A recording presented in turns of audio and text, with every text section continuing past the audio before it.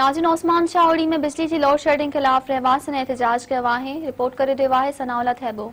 नाज़रीन, इन वक्त असां मौजूद आहियूं उस्मान शाहड़ी शहर में। ताजरा बिरादरी पारां लोड शेडिंग के खिलाफ एहतजाज मुज़ाहिरो कयो पियो वञे। अचो त उन्हनि खां पुछूं था त उन्हनि जो वधीक छा चवणु आहे। असां एहतजाज कयो आहे। तक़रीबन टोटल जेके माण्हू आहिनि तक़रीबन कारोबारी आहिनि। हिते 18 कलाक 20 कलाक लाइट वञे थी। टे ॾींहं कॾहिं कॾहिं अहिड़ो थिए थो जेको टे ॾींहं लाइट।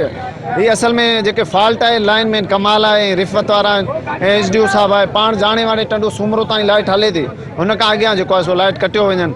जो 24 कलाक में 22 कलाक लोड शेडिंग है।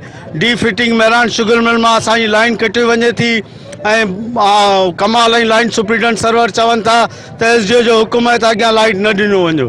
0 पॉइंट रखी हथरादू डी फिटिंग ठाहे मेहरान शुगर मिल खां वरिते उस्मान शाहड़ी उनजे 200 ॻोठनि जी लाइन कटियो थी वञे। असां सां नाइंसाफ़ी बंदि कई वञे, असां सां इंसाफ़ कयो वञे। ऐं अला इख़्तियारनि हद जे MNA MPS DC टंडोलियार खां मुतालबो थो करियां त ही तव्हांजा वोटर आहिनि, ही तव्हांजा इलाइक़े जा वासी आहिनि, हिननि सां इंसाफ़ करियो। ऐलान लोड शेडिंग लोड शेडिंग जो को भी शेड्यूल कोन्हे। पंहिंजी मर्ज़ी मुताबिक़ लाइन कटी थी वञे, मेहरान शुगर वटां बिजली बंदि थी कई वञे।